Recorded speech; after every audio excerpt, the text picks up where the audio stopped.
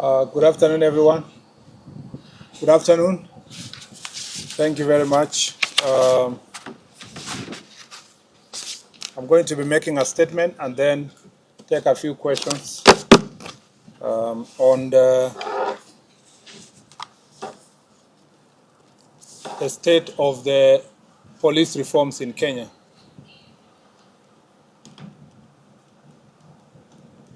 In the past few years, police reforms have gained significant momentum following the infusion of National Police Service, its objects and functions in the Constitution of Kenya. These milestones have led to institutionalization of various reforms in the service, and this has resolved historical systemic issues, ensuring that police aligns with our democratic principles and constitutional standards.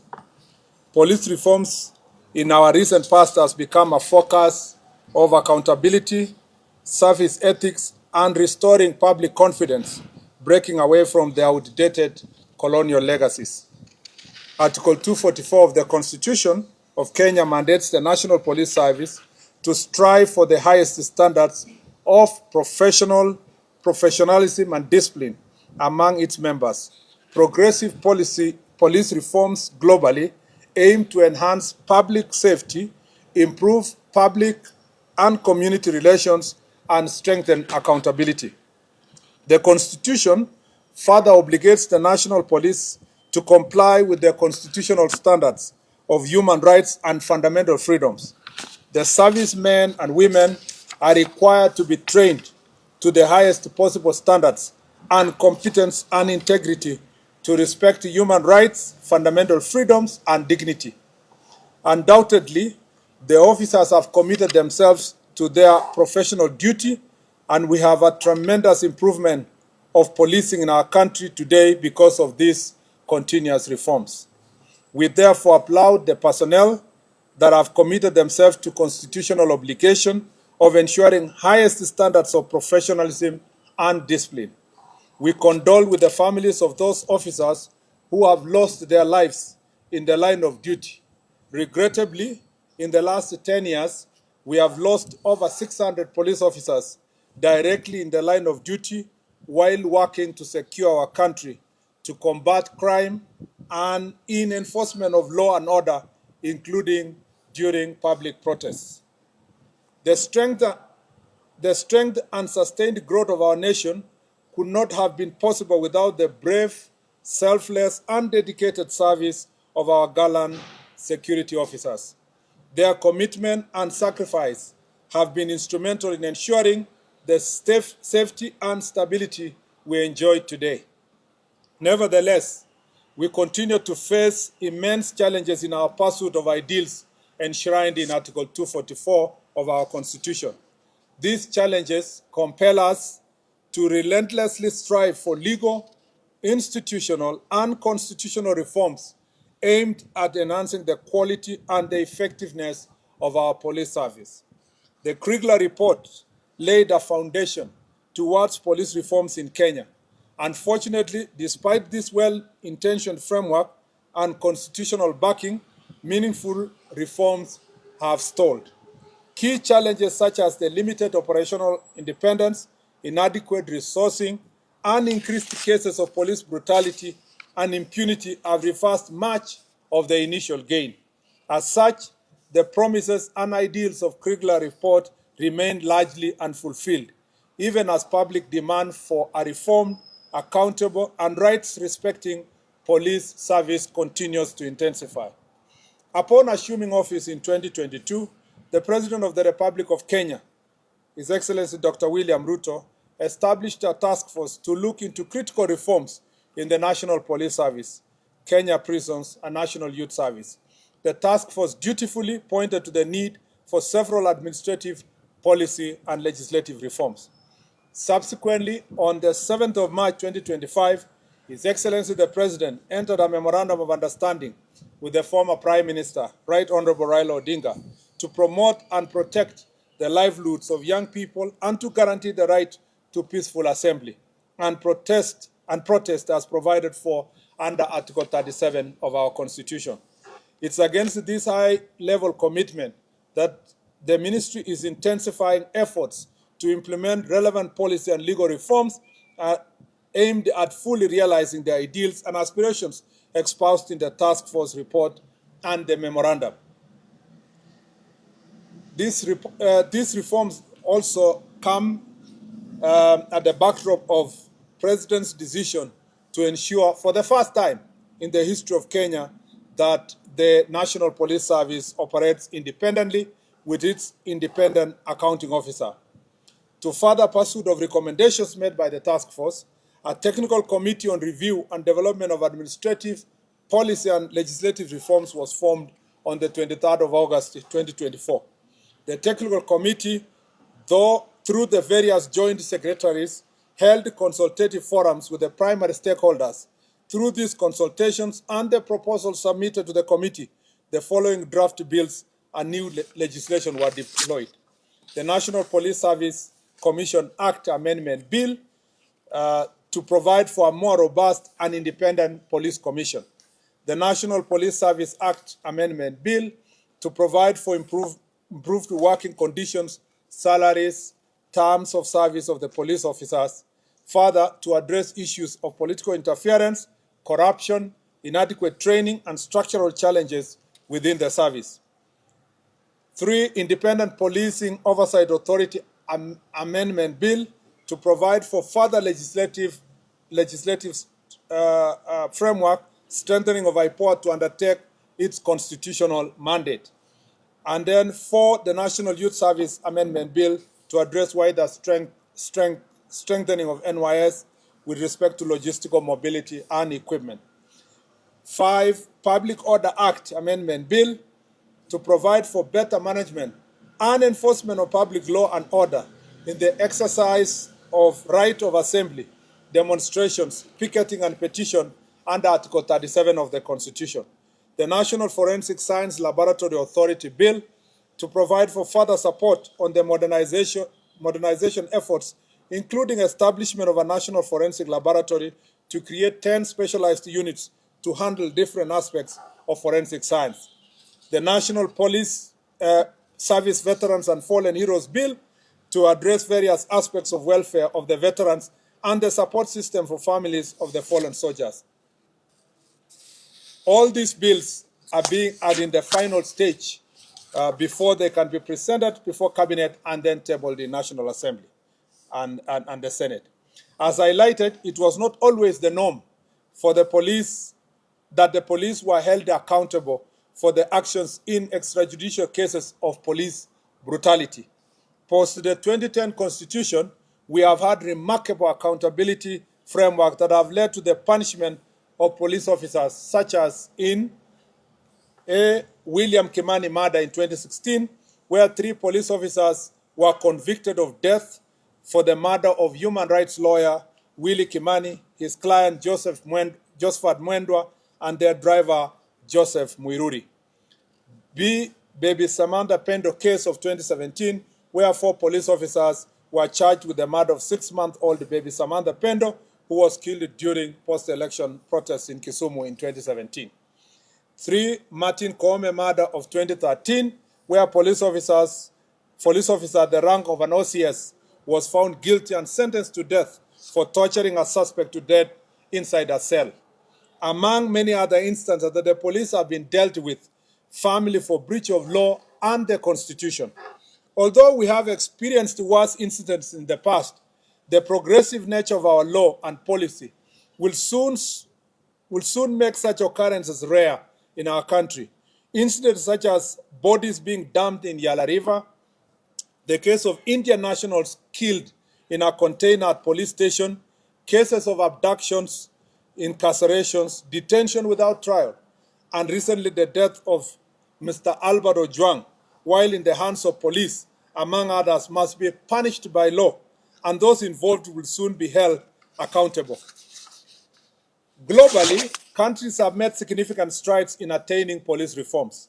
Instances such as public outcry, social movements, and specific instances of violence or misconduct have led to significant and relatable scenarios of police reforms. As a government, we are duty-bound to uphold the highest possible standards in safeguarding the security, formulating priority areas of reform and enforcement of law. Our goals remain delivery of professional, accountable, and citizen-centered policing that meets the aspirations of our Constitution. To realize these objectives, the Ministry of Interior and National Administration remains firmly committed to pursue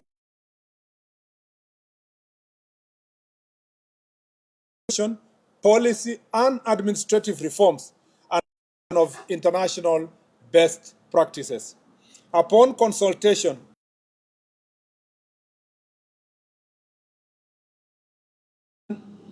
in the aspiration of fulfillment of Constitution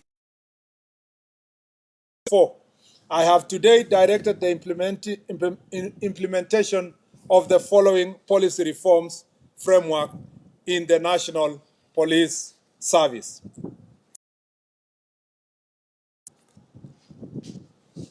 On CCTV surveillance, it shall be mandatory to equip police stations with CCTV surveillance to enhance transparency and accountability. All the police stations currently standing at 1,209 shall have CCTV surveillance within the next 2 years. We shall be making proposals to Parliament to enact laws that criminalize tampering with CCTV cameras. The surveillance system shall be in the custody of the officer commanding station, and the said officer shall be required to ensure that the system is always functioning, and instances of fault, it shall be reported within 1 hour through the established chain of command. The CCTV shall have an external backup system.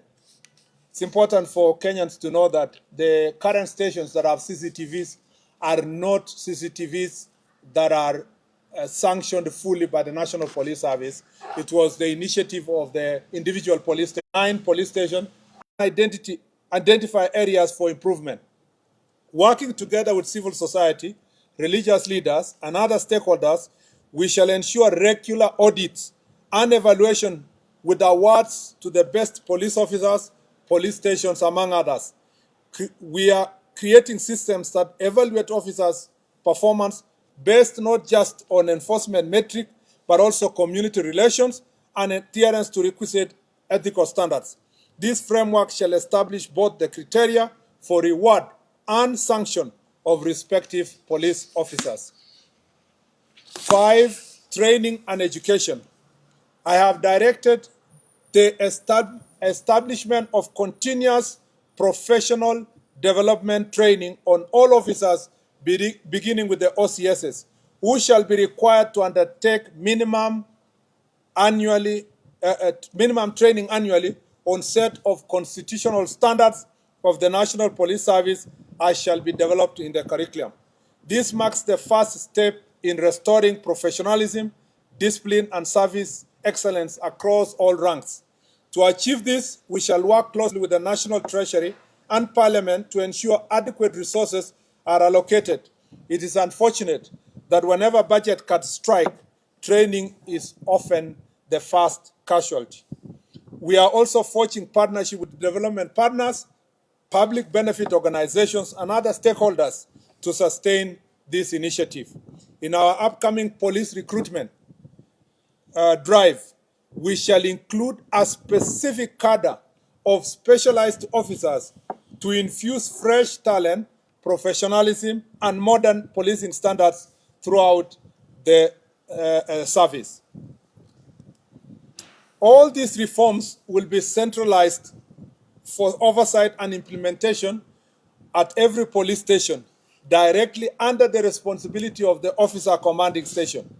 It is important to note that in the command and structure of police service, the OCS is the ultimate officer in charge of all activities related to enforcement of law and order at the police station. All the other superior structures exist for the coordination and command of the National Police Service. It is therefore our intention to implement, monitor, and evaluate aforestated reforms of the police station. Our intention is to make our police stations centers of excellence. It's important for all of us to know as Kenyans that just the way we say in elections, the polling station is the final place of voting. The police station is the final station of reporting any crime in the National Police Service, and therefore, every person, including senior officers, even the minister, everybody else has to always go back to a police station, and therefore, we want to make the police stations to become the center of excellence. We shall make the respective budgetary adjustments to prioritize these reforms among other modernization strategies in the forthcoming and subsequent financial years. We shall also pitch for support of these priorities from our development partners to ensure efficient and effective implementation of these reforms. As we relentlessly advocate for appropriate conduct by the police, there must be a reciprocal emphasis on the responsibility of citizens to show respect towards police officers as they discharge their lawful duties. Just as police officers are held accountable and subjected to public scrutiny, citizens too must accept that their actions are not beyond reproach. We are extremely concerned by the increasing instances where police officers have come under unwarranted attacks while executing their lawful duties. These challenges must not be ignored, and they point to a broader need to foster mutual understanding, accountability, and respect between the police and the public. In some instances, the nation has watched in disbelief as individuals forcefully entered protected areas such as parliament and police stations, with incidences such as burning police vehicles and destruction of government installations. Equally alarming are cases involving mob justice, acts of banditry, and illegal possession and public display of firearms. Such acts not only threaten national security, but also undermine rule of law. In conclusion, I wish to give my highest assurance that the Ministry of Interior National Administration, working in concert with other government agencies and in close collaboration with the people of Kenya, will continue to pursue and implement the much-needed reforms within the security sector. This process will be progressive and guided by the constitutional values, best practices, and the unwavering pursuit of justice and professionalism. I thank you.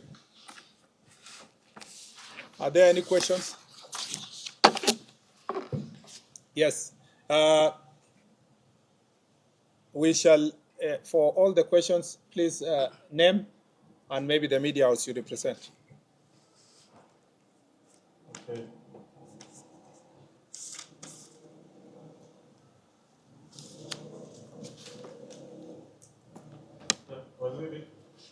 My name is Sidney Chazima from TV47. And my question goes to what you just mentioned right now. You say that even the most highest ranking police officer has to report to a police station if there is something, even a complaint. In the run-up to the death of Albert Ojwang, we've heard that the DIG Lagat had a complaint about it. We would like to know which police station you reported to, if there's an OB, and if it is the DCI, was it documented or just a word of mouth? Then, secondly,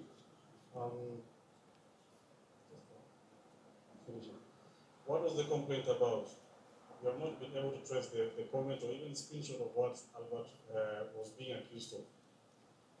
And finally, I've asked if there's an inventory of how many tenders or weapons that the government has entered into since 2023. Now that there's a complaint that weapons from Kenya have made their way to neighboring countries. Thank you.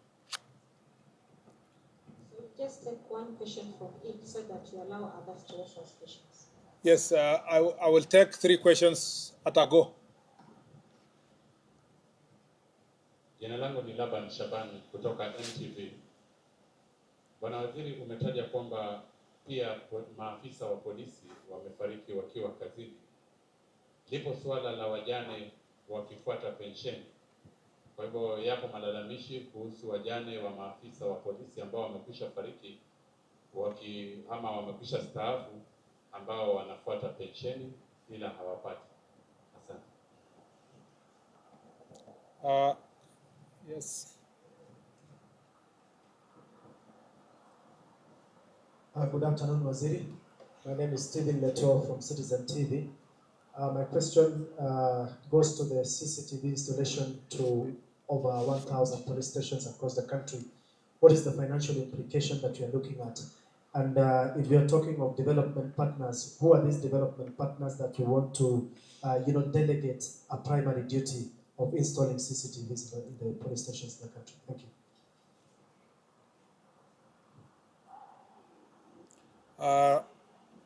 Let me start with on the issue of on record in the Senate, and therefore, because of the advancement of the investigations, I'd rather leave it to that position. On the issue of on the question of tender for security, I think first of all, as the Republic of Kenya, we cannot stand here or at the ministry or even IG. You will never get that information you are looking for, where you stand and come and say, we have this number of ammunitions or we have this number of this. It's not possible for any country in the world to go and announce this publicly to any person, because that is a highly classified security issue. However, I know where you are going. Your question was related to what was in the media about munitions and issues of other countries. I think my responsibility is issues related to internal security. That's why it's called Minister of Interior. So I have my responsibilities only confined to issues that are related to security in our country. Other issues that are happening between Kenya and neighboring countries or other parts of the country are better addressed through foreign affairs, not internal issues. I'm confined within the boundaries of our country insofar as issues of security is concerned. On the issue of swali nzuri limeulizwa na Laban kuhusiana na pensheni ya maaskari wetu.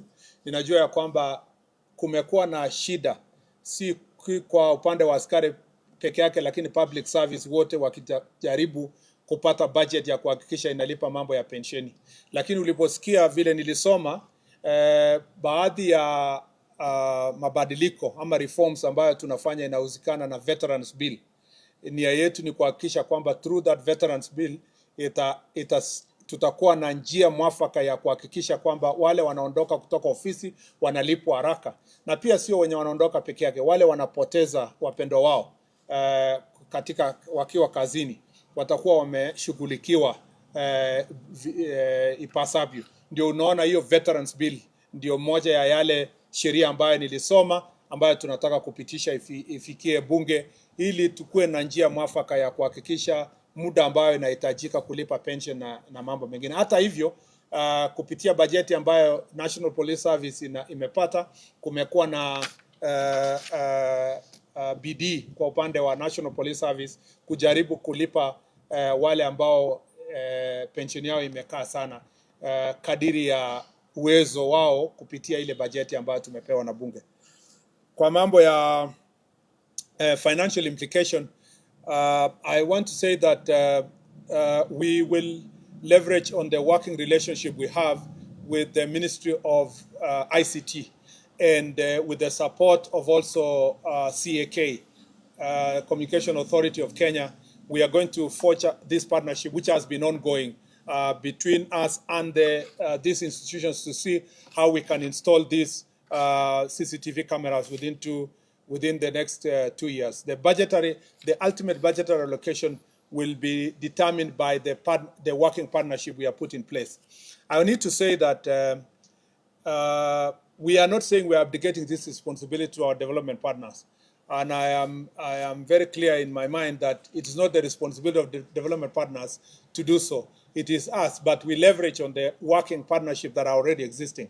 Some of the partnership are between us with the UNDP, which is already ongoing partnerships, between also us and the World Bank, between the government and the government of UK, and between the government and European Union. These are existing partnerships that are cut across ministries. But particularly for this ministry, we want to retrofit the programs that we have been having with them and see if we can urgently put some of the already committed resources towards making the police station a center of excellence and making it mandatory for all these police stations to have the CCTV cameras. I also needed to say that it is not just enough to talk about the CCTV. We are speaking about police stations that have very old infrastructure. Some of the police stations are actually colonial infrastructure. So it requires also building of the infrastructure itself. And again, through our Jukwaa la Usalama and our engagement with national government Constitutional Development Fund, we've been seeing ways of ensuring that we modernize most of these police stations, because you can also may want to put new ICT materials, the laptops, the CCTVs, and the Wi-Fi and so forth in an environment that has very old infrastructure or even barely existing infrastructure. Some of the police stations are Mabati police stations and so forth. So we will want to, as we work on the accountability and transparency in the police stations, we want to ensure that we build on the infrastructure within the police station. The last three questions. Yes, when I was saying my name is Steve Radio, there's been a clamor and push from a section of Kenyans for the DIG Lagatu 77, and some are even threatening to put the street for tomorrow. From where you sit, do you think that's the prudent path to take you to suppress the tension and the pressure of protest ahead of tomorrow? Thank you. Mr. CS, my name is Winfrey Owino from KTN. You've mentioned digitization of current books. And this is not something new. We actually had of it first time in the previous regime. So what is the progress with what the previous regime had started? And what really is the update based on what you had told us before as the ministry? Thank you. The last one, if any, and if none, then I appreciate. Good afternoon. I'm Camila Lunani from K24. And I was asking, or many Kenyans are asking, when will this end? Like, when will the police brutality end? So that Kenyans can have trust in the police with their lives, with certain issues that they may be going through. Can we believe that the police will take care of us?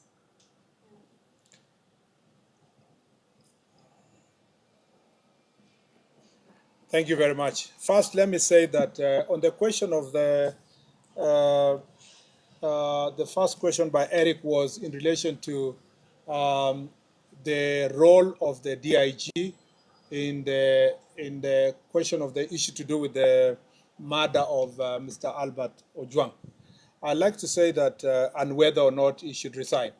I'd like to say that the investigations, as I've already said earlier, are going on with IPOA. IPOA is doing its part in terms of investigations.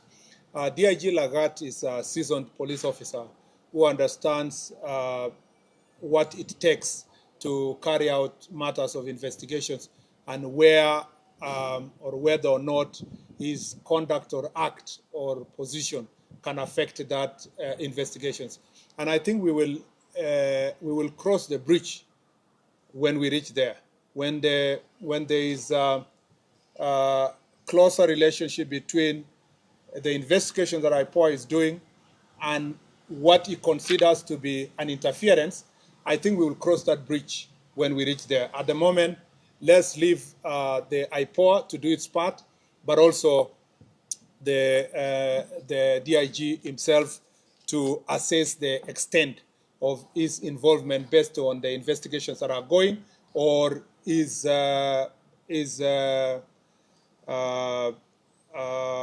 position vis-a-vis the investigations, and then make that decision when we cross there. I would not like to be the CS who will make that decision for him. It is important that that is achieved, the threshold of the investigations, where it is, and whether or not the DIG will see that his position or position in office is going to interfere with that investigation. I'm sure when that threshold is achieved, we will cross that bridge when we reach there. On the question of digitization of OB, this has been a long time promise, and I agree with you that it's been a promise from previous administration to now. We want to move it from promise to reality. And we know the reasons why this is serious is because if we have a digitized OB, it will help us to make sure that any reported incident can be tamper-proof. It can also be tracked to ensure that whether or not someone wanted to interfere or change the position of a particular reporting that was made. So we will not have a situation where like we saw in the other incidents, that somebody had reported, there is allegations that the report was changed and so forth. So digitized occurrence book really help us a great deal. And I have now given timeline. Maybe in the past there was no promise of timeline. I've given in the next 1 year, we would like to see a digitized occurrence book. And then lastly, Camilla has asked a very important question. When will police brutality end? We would like to see that police brutality ends now. It is the duty of any right-thinking member of society, including our cabinet secretary and government, to see that police brutality ends immediately. Because it is not right that police stations, for example, or police officers who are expected to protect the citizens are brutalizing citizens. But as you know, reality on the ground is that this is an area that governments and countries all over the world have struggled with over time. Even the most advanced democracies, like the case of the US with the George Floyd a few years ago. But very conscious societies will ensure that when an incident happens like the one for Mr. Albert Ojwang, you don't, as unfortunate as it is, you don't allow that incident to be part of the statistics. It's also an opportunity for us to rise up and say, what else can we do? Like in the instance that we have proposed here, what else can we do to make the police station safe in respect and honor of those who have suffered, like the case of Albert Ojwang? That way, we can put meaningful, we can have meaningful results based on the otherwise negative and terrible incident. We can be able to turn around and say, so that doesn't happen to any other citizen, this is an opportunity again to up our game in terms of reform. But if you ask me, this is an area that is long overdue. But as I read in my statement, we've made significant improvement from 2010 when we promulgated our new constitution, and we can do even far much more. But I also need to ask our citizens that we need to support each other. We need to support the police officers. If you are like the case that happened the other day, somebody's outright assaulting a police officer, insulting a police officer, provoking. You are holding a machete. You saw the case of Nakuru, someone having a panga and showing directly to the police officer. And we are all as Kenyans not enraged as if a police officer had shown or pointed a gun to a civilian. It should apply both ways. And I request you in the media, please stop profiling criminals and calling them protesters. I saw in one of the media houses the other day, somebody's announcing, saying, oh yeah, some of the protesters have burned vehicles, some of the protesters have looted. How do you still give them a constitutional status of Article 37? Protesters are expected to be civilized people who are making a statement, not the ones who are burning vehicles, looting shops, attacking civilians, throwing stones at the police officer, burning police vehicles. We have very few police vehicles, but many of them have been burned in this instance. Burning a police station, invading parliament. I am yet to see a media house that calls out all those who invaded parliament. In any civilized society in the world, anybody who invaded parliament would have been called a terrorist, straight, in many countries. But here in Kenya, we are still saying peaceful protesters invaded parliament. How can invasion and peaceful survive on one sentence?